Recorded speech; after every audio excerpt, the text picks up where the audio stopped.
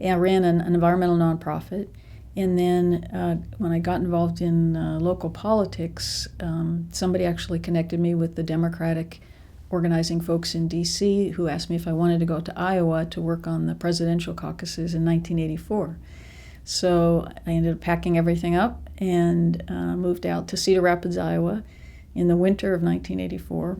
And Cedar Rapids is not a warm place in the winter. And I did organizing for Alan Cranston, who was running for president that year in a very crowded race. Those were the year of Walter Mondale. And there were 6 Democrats running. Alan Cranston was a U.S. Senator, very progressive from the state of California. And he did not win. And at the end of the campaign in Iowa, we thought we'd be going to New Hampshire, and the campaign staff announced that they were out of money. And good luck to us finding our way home. And that was the abrupt end of that organizing effort. I came back to Seattle and worked for Charlie Royer, who was running for his 3rd term as mayor. He won. He ran against Norm Rice at the time, who was president of City Council. I worked for Charlie then doing work on housing and human services and neighborhoods, public safety, and I was his LGBT liaison. Cal Anderson and I worked together in Charlie Royer's office in his 3rd term, and that was when Cal decided to run for the state legislature. In those years, we organized what was called the Privacy Fund, which was, at the time, we called it the Privacy Fund out of fear that if we used the L word, the G word, or any other word, we wouldn't get any political support from leaders. In those days, no politician would go to an event that had gay issues on the radar and wouldn't take checks from gay-sounding groups. So they would refuse the money even. Right. And so by using the name Privacy Fund, we felt like that was a safer alternative for elected officials. And our purpose was to get the state non-discrimination law passed, which Cal had been championing. And that ended up taking 29 years to get the word sexual orientation added to the state anti-discrimination law. In Washington State, the law against discrimination was passed in 1949, and it protected people from discrimination based on religion and race, gender, but it didn't protect people based on sexual orientation or gender identity. And so we hired a lobbyist, and that was Bobby Bridge, who later became a state Supreme Court justice. And it was Cal Anderson and I, Tom Rasmussen, Don Moreland, Charlie Bryden, Laura Altschult, Mary Kay Wright. There was a handful of us, and we organized the Privacy Fund, got it going. Worked some with what was in the Human Rights Campaign Fund, and held the first dinner and invited political leaders, elected officials to attend. The first time there weren't that many, and then it grew, and we finally were able to be in a hotel, formally speak about what we were working on, and I asked all the elected officials actually who were there to come up on stage to take a bow so that the crowd could see how many elected officials, and they would be very visible. And that effort was so that would have been the late 80s. When they went on stage, were they intimidated, or were they actually proud to be there, or was it a mix? It was a mix. I mean, initially there was a trepidation, but I thought by having large numbers together, they would see the strength in numbers, and the audience would see how many were there, and they would get applauded, and they did. Obviously, they had a standing ovation for quite a while, and that was a wonderful turning point for the community. So now we have the issue where the gay vote is something that's real now. Yeah. And it always was real, Right. but they just didn't play our game. So how is that for you to have been a part of the days where you couldn't even say LGBT in the invite to now what you're seeing? Right. Well, and there's a little bit more nuance to that as well. In 1978 here, there was a ballot measure that Anita Bryant and her group had been involved in. They tried to repeal the city of Seattle's anti-discrimination law. So Seattle was always in the forefront. And as you know, the rest of the state tended to be more conservative.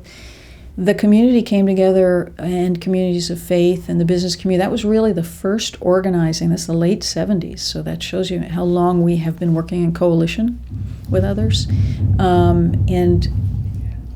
And we won, the community, that was before my day, the community won that. And that, so local elected officials, the mayor of Seattle and others, Wes Ullman as a mayor had been very supportive. He had an openly gay communications director, and they did some very good things. Charlie Royer was supportive. The city council, Seattle City Council, was very supportive in those days. When I started working for Norm, Norm Rice ran for mayor in 1989. When Charlie was finishing his third term, Norm was city council president, was the first African American mayor. And I was openly LGBT, and I served as his deputy chief of staff, then chief of staff, then deputy mayor and legal counsel.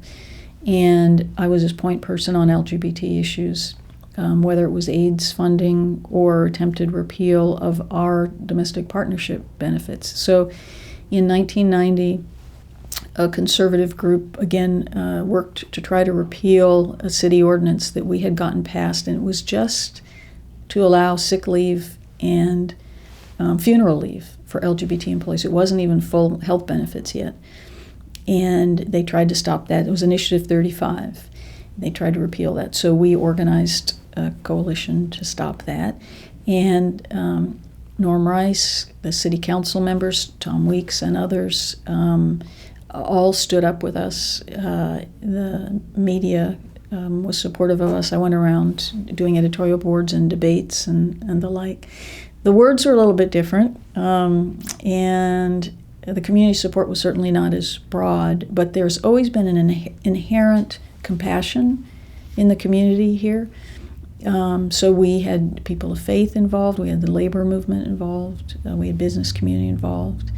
I asked the person who was the chairman of the local jewelry store, Benbridge Jewelers, to do our radio commercial, and he did that. So Seattle's always been more progressive. Now, when we went down to Olympia to try to get statewide legislation passed, it was a heavier lift, and that's why it took us 29 years to get the non-discrimination law passed. In Charlie's, Shelley Yap was for a few years, but she wasn't really focused on LGBT. But I think you would say she was out. But yes, it was a unique, having an African-American mayor with an LGBT chief of staff and then deputy mayor. And as successful as he was. Yes, and he was, when you see what I brought, some of the things I brought, he was very out in front for us on LGBT issues. And that's the days, I don't know if you remember this, but that's when ACT UP first came to Seattle. So the ACT UP movement had been on the East Coast. Prior to that, primarily New York City. We did not have that here. So when I was in the mayor's office, they did their first sit-in on City Hall, blocked the elevators, had a very visible effect. Went down to the city council and threw fake blood. It was a big deal for Seattle at the time.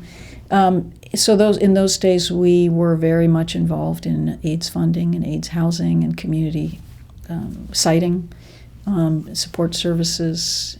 So it was a very important time to be on the inside.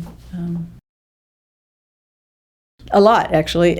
Sometimes, even those days, you were often maybe the only woman in a room, certainly the only LGBT person in a room. You just have to suck it up and say you're there for something else. And you can go back in your office or somewhere else and have a drink at the end of the day and deal with it, but you had to stay focused on purpose. For example, that's one reason I wanted to be a judge, and I was appointed later to be a judge. There just weren't openly LGBT judges. When I was working for Norm, we appointed a couple people who were then the first LGBT judges, and that was a way to influence. Why is that important? Obviously, judges hold a very important part in our society, and being visible, both internally in terms of the judicial system, to have other judges see you and then to be part of those discussions. But for the community, for those coming before the court, to see people who look like them matters a lot. If you're going to have trust and faith in the judicial system, the system needs to look like the community it serves, and particularly have folks of quality and substance who are good. So one of the things I wanted to do was create a mental health court, which we didn't have in this country then. It was among the first, and I was able to affect that result. But having then been in the mayor's office, having seen what our community had gone through, having seen the number of folks with mental health issues in the jail, it has provided an added sensitivity and perspective. That would have been in the late 80s when I was working for Charlie Royer when we did the privacy fund. So you felt it was important to... Yeah. You just weren't out.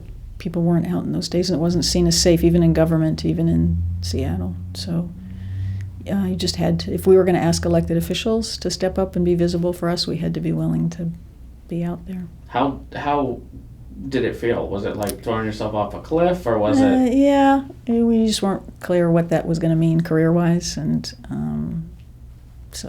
but yeah, it was the thing to do. It was important. Yeah,